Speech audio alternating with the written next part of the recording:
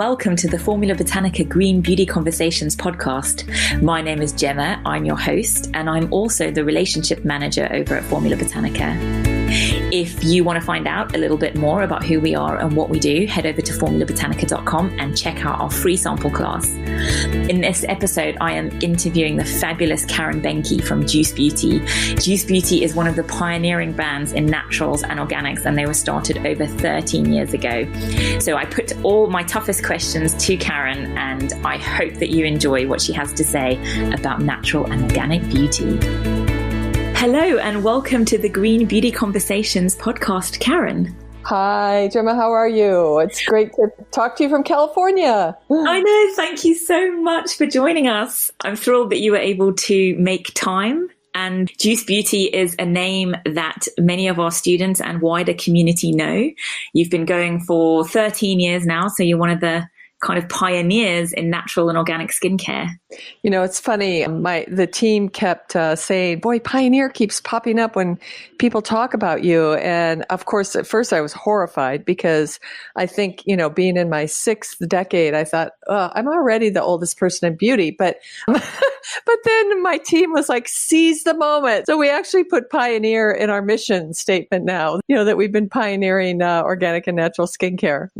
Yes. And like I said, it's fabulous to have us here. And obviously, I know about Juice Beauty and a bit about you. But for the benefit of our listeners, if you could just introduce yourself, tell us a little bit about your background and why you started Juice Beauty all those years ago. Sure. Well, you know, it's a lot of good ideas come from being pregnant, right? And I'll circle back to that. But Indeed. and with women, of course. But, you know, I had dedicated my whole life to health and wellness. And in the early 80s, I started one of the first health and corporate wellness companies in the country.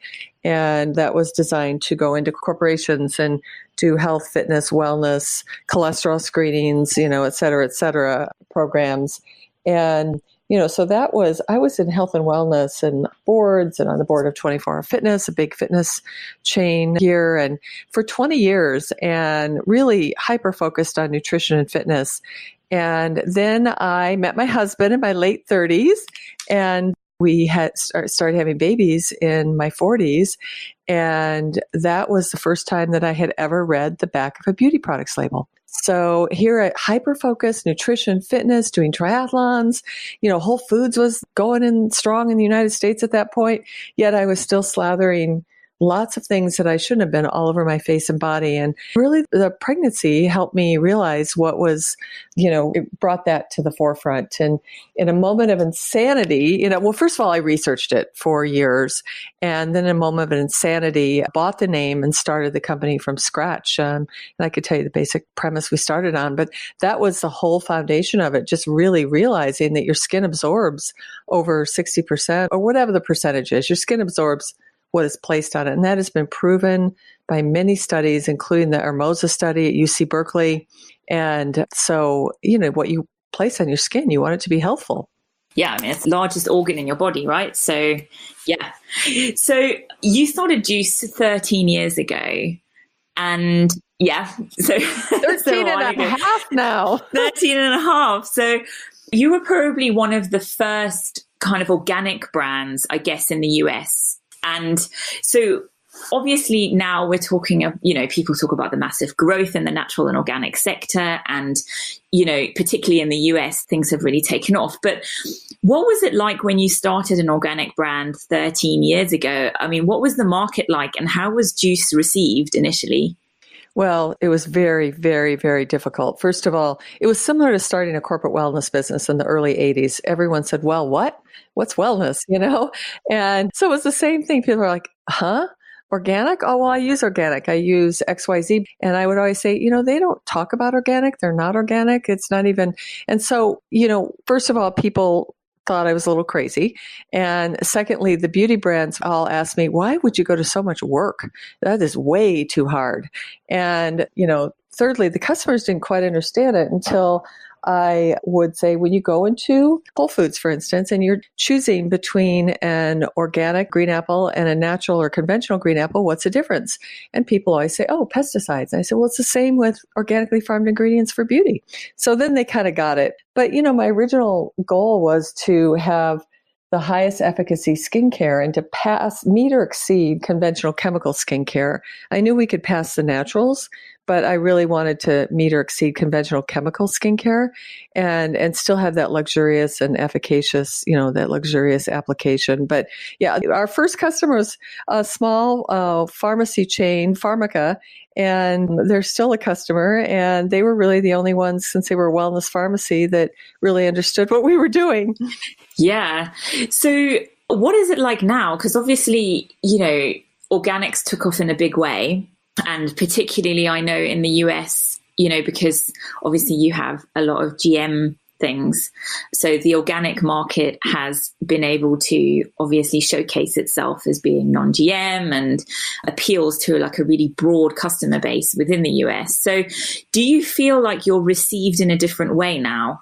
We definitely are. And, we have over 2,000 stores now with our retailers. So we're kind of coast to coast and up throughout Canada. Our main distribution is North America, but we have a few great online partners in the UK and then some great retailers in Scandinavia and a little bit of Hong Kong. And so we are spreading a little bit around the world. And we just opened with Mecca, Australia. So very exciting. But, in the United States, in the beginning, of course, the coasts grabbed us, the East Coast, the West Coast, the big cities, and that's it. And now coast to coast, we, some of our best selling stores are in Iowa or in Kentucky or, as well as, of course, San Francisco, LA, and New York, of course. But we really spread throughout the United States and including Texas. That was a hard nut to crack. But, what happened was we spent so much time on the formulations, and for our moisturizers made with organic ingredients, for instance, we spent so much time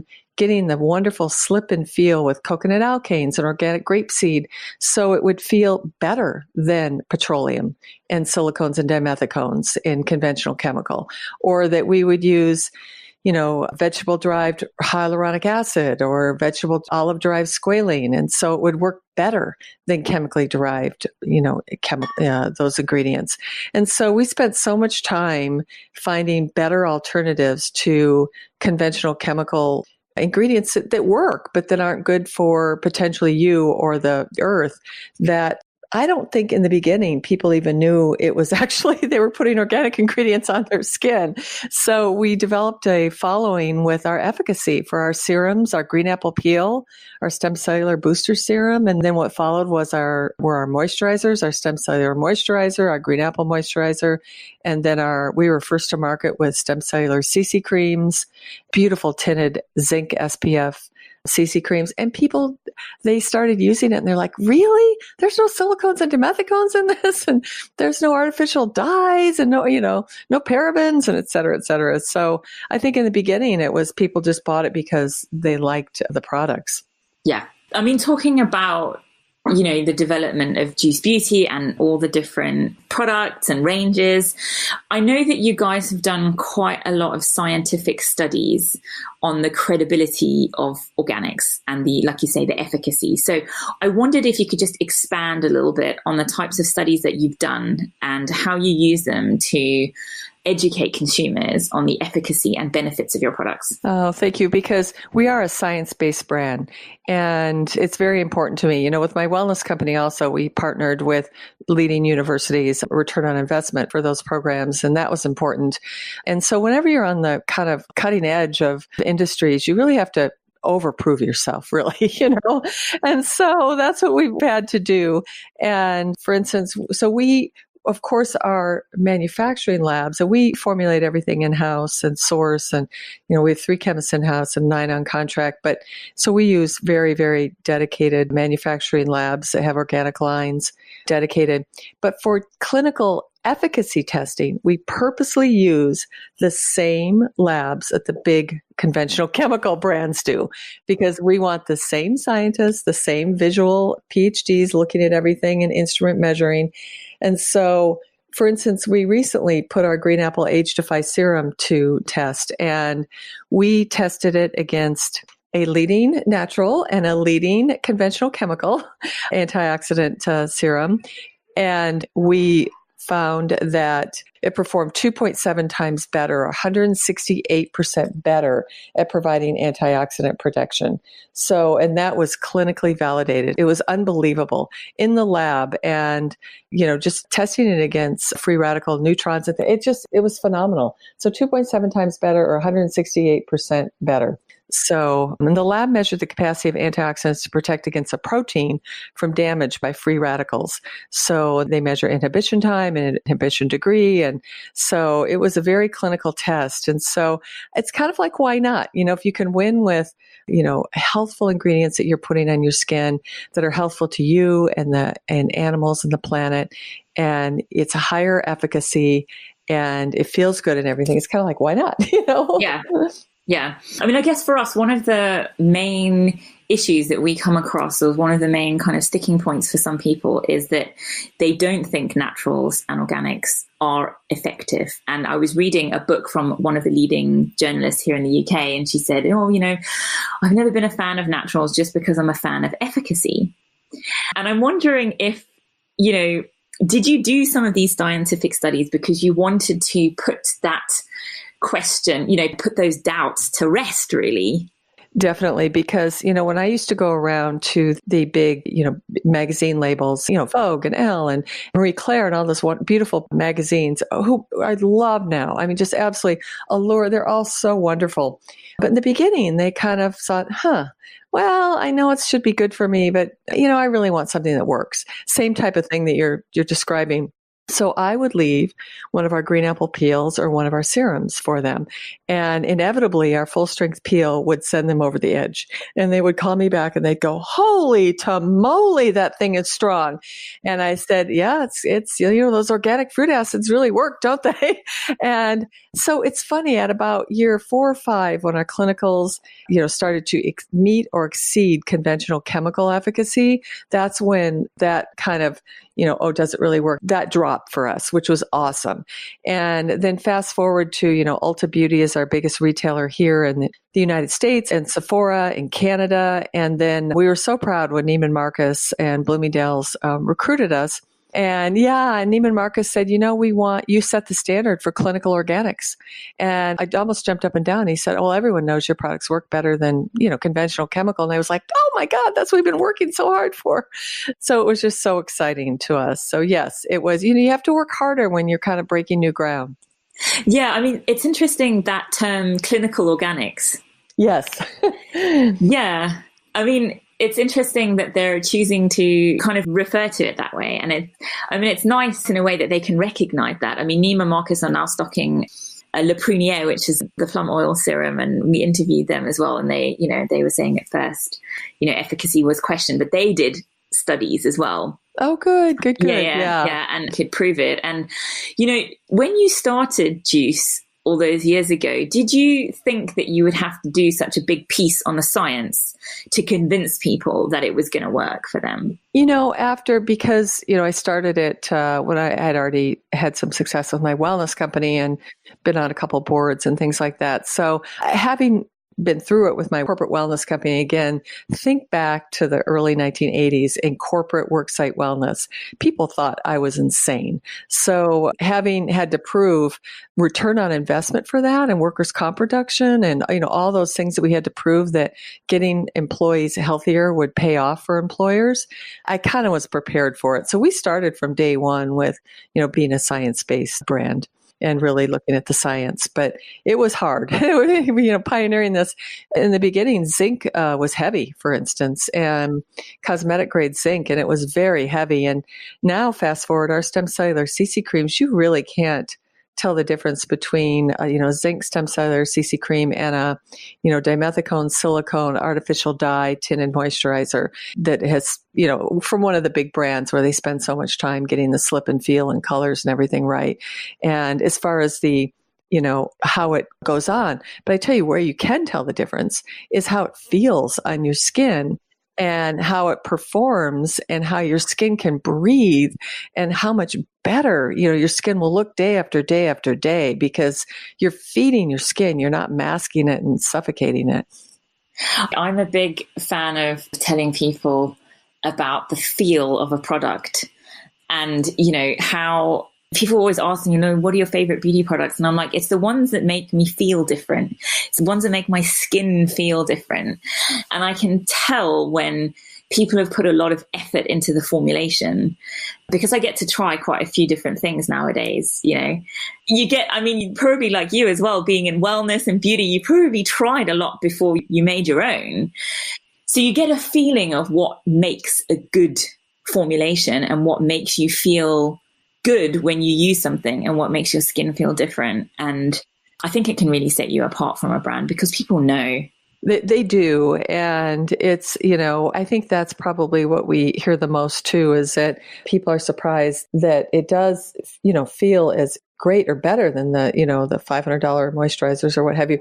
But most importantly, that their skin starts to improve, whether it's our age defy products or our skincare or our blemish clearing skincare. And then, of course, 4 years ago, we came out with makeup.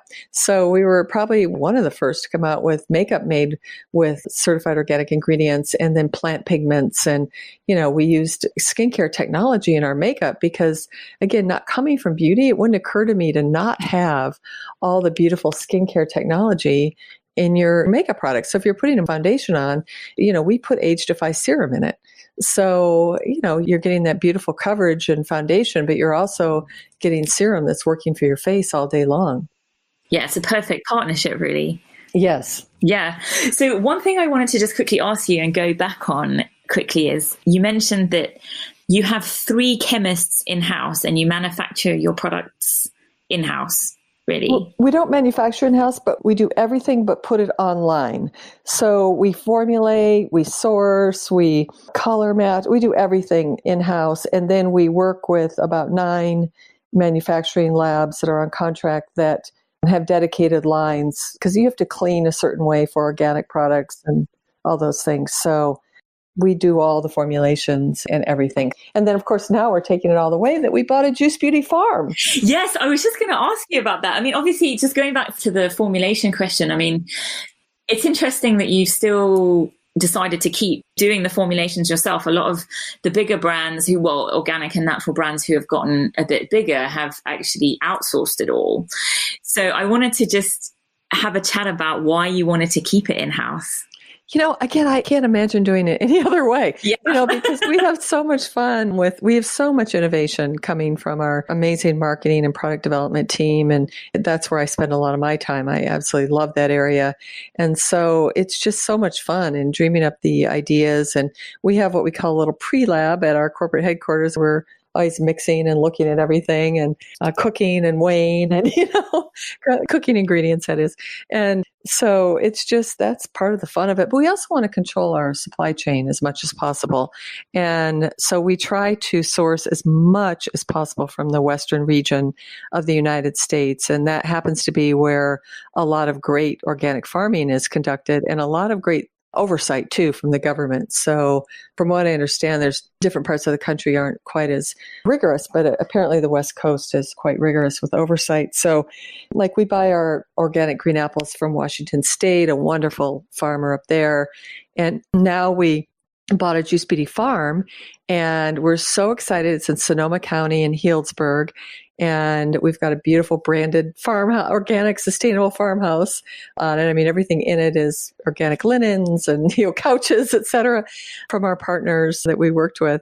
But we're converting it from the highest level of sustainability to certified organic. So as soon as that process is done, which will take a couple of years, we'll start sourcing all aspects of our grape and olive from our farm. Wow. Yeah. So did you want to do the farm because you wanted to have more control over the supply chain? Or is it just that you're so invested in, growing and managing the ingredients that go into the products? Or was it like a combination of both, really? I think a combination. And we have this lovely farmhouse that really, the whole farm and farmhouse brings our brand to life. So it's brand immersion. It's a power of, really showing our antioxidant rich organic ingredients. So for instance, if you come to California, we'd love to host you up there. Yes. Oh my God, we'd love to. We've got like a tour of California to do because we've got other people that we know that have farms and organic farms in that area as well. They keep saying, come over and you can spend the whole day on the farm and it'll be amazing. Please put us on your itinerary. We'd love it. So are you planning on having like workshops and things, Juice Beauty HQ at the farm? Possibly. Right now, we're just focused on, entertaining people there and really explaining our brand more. And the intense scientific conversion from, thank God, it's a 5th level of sustainability, which is the highest in Sonoma, to organics. We don't have to deal with any glyphosate or Roundup. None of that has been sprayed on the farm. So we're starting at a really great base. So there's a lot of science behind it. And my husband is a cardiologist and he just retired. And for the first time, he's getting involved in the business just from the farm aspect. So he's managing the vineyard and really managing the conversion. It's really been, amazing science for him. Yeah, it's such an exciting journey. We've got so many people who write to us and say that they would like to grow their own ingredients and make skincare. So chatting to you, it seems like, it is possible. You can do it. You can find a way to do it. It's hard. I mean, it's just, and of course we'll continue with we have thousands of ingredients. So we'll be continuing with our valued organic farmer suppliers, of course.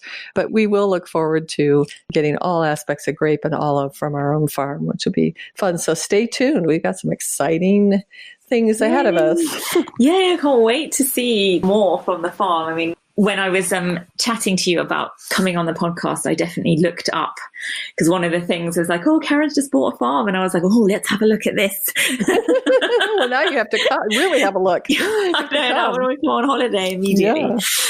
One final question for you that I just wanted to get your input on is the organic market versus the shift towards vegan and cruelty-free. So I was asked this question at an event over the weekend about the organic market, specifically in the UK. And I just wanted your input to see if it was similar in the US, because I feel like recently the conversation has shifted over to vegan and cruelty-free. Yeah, I think you're right. It's funny because we have our eco values and vegan and cruelty-free is one of them.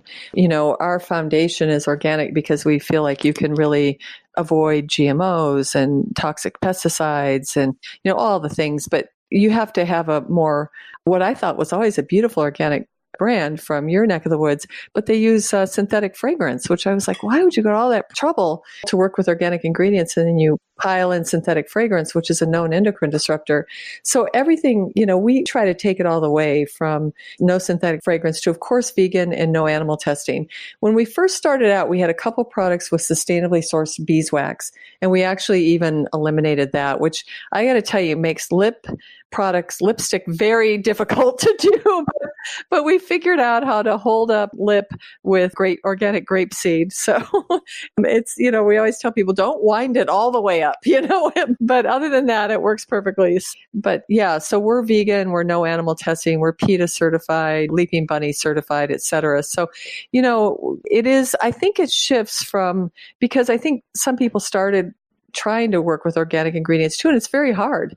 And so I think the conversation has shifted more to different areas which are a little bit easier, which is vegan and no animal testing, and which makes sense. And then also with the names, first it was natural, and then there's no definition of natural, of course. So then clean was kind of invented, and there's no definition of clean, but people are trying to define it. And so we just try to stay ahead of that game with having the majority of every product that we make made with certified organic ingredients. And then we take it all the way with no artificial dyes, no synthetic fragrance. And we list about 30, the unworthy 30 on our website. But then if you click all the way to the bottom on our clean beauty section, there's almost 4,000 ingredients that we would never use because they're commonly used because they're harmful to plants, animals, or humans. So we try to, and then we take it all the way too with sustainable company practices. We're really working hard on our packaging, and we use a lot of glass. We're starting the conversion. Actually, we started in January go to bioresin tubes. And of course, we already use plant-based ink and FSC paper. And so we try to do all aspects of that. And it's hard to scream it all out, though. It's a crowded conversation.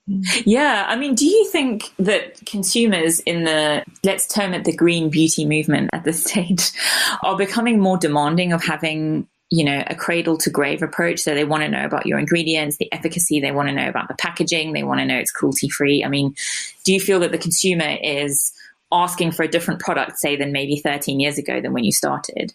I think so. I'm not sure the consumer can sift through all the marketing hype. That's the issue. It's very, very difficult to sift through all of that marketing stuff. So, but yes, I think people want that more, and they want to feel good about the company that they're purchasing from. And it's funny, when I started years ago saying, well, I won't buy anything because it's Monsanto or something, and people would look at me like I was cross-eyed. And, but I really think it's important to support companies that are trying to do the right thing. Oh, yeah, absolutely. I mean, it's just the same with the vegan kind of movement, or however you want to. I'm always wary of calling something a movement. I think it's probably like, I don't know what the correct term is. For me, it's a way of life. It's a way of life personally and professionally. Yeah. 10 years ago or even 5 years ago, it wasn't really a thing.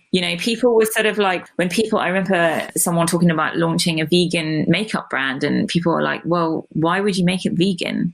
Yeah. And some of the conventional chemical brands never even used animal products, but they use a lot of chemicals, but then they promote vegan. Well, it's vegan, but it has, artificial dyes, artificial fragrance, parabens. Oh my gosh, some of them still, there's a lot of lead in a lot of those ingredients, and, so on and so on. So that's what's kind of interesting. You really have to know really have to understand what the company's about, because someone can tout vegan, but have some very, very, very harmful ingredients in their products. Absolutely. And I was having a chat with a vegan beauty blogger on the weekend, and she was saying the same thing, that when she first started buying vegan products, she thought that everything was going to be okay just because it didn't have any animal derived product ingredients. But then when she started researching the ingredients that were in there, she was like, okay, this doesn't really fit with my lifestyle either. And so I think, like the way that you're going with your company in terms of, you're looking at every aspect, like vegan, cruelty-free, organic. I think that I can see a lot of other brands doing this as well, because they understand that vegan doesn't just mean the absence of animal products. Right. That's not all it means. It's far more than just that. We just always try to do the right thing. And then we also help support two nonprofits. They're very large, but the Breast Cancer Prevention Partners and the Environmental Working Group, EWG and BCPP, because they do so much research in the environment. And so it's so important to us to help support them. They both happen to be headquartered in the San Francisco Bay Area, which makes it nice also, but we probably would have chosen them anyway. But I also want to mention, because everyone asks, Gwyneth Paltrow, of course, is one of our shareholders and partners in Juice Beauty, and she helped us come out with our Phytopigments makeup, and she was our creative director for a few years, which was unbelievably valuable. She has incredible taste and, just beautiful taste. I know that she was in your neck of the woods for about a decade, yes, a while ago. So I'll mention that. But of course, she is running her own company, Goop, and we're running Juice Beauty, but we're still very supportive of one another. And she was great for our business. She's just got beautiful taste. Yeah. And a great ambassador, because I think that she's married the beauty and wellness together really nicely. There's always been this question about how beauty is related to wellness. And, if you look at beauty historically, I think it always has been related to wellness somehow. It's just that our conception of what wellness means is so different. I mean, like you said, look at what wellness might have meant to people in the 80s. Right. And what does it mean to people now? And I think that Goop has married that very well together. They have, and it's great, and that's why we're a good fit together. But because our Juice Beauty was born out of wellness, I dedicated my life to wellness and helped pioneer that whole wellness industry, and hopefully helping to pioneer the organic industry now. And so it's, I didn't start at the beauty counter in New York, like a lot of founders do, that they're dreaming of their own brand. I was in wellness and fitness and doing triathlons and just looking for great products. And while I was doing all my sports as well as having babies and, running nutrition and fitness businesses. So it really, every aspect of our brand really, screams wellness and nutrition and fitness. So yeah, it's interesting how they can all go together, because one of the questions that popped up was that people didn't feel beauty was related to wellness enough. And I felt that it has been related to wellness quite well. And especially in the US, I would say there is more of a clear relationship in how the retailers work, in how the brands work with the retailers to promote the wellness aspects of their brands. It's been slightly slower here in the UK. I think it's just because we don't have the same amount of retailers as you guys do.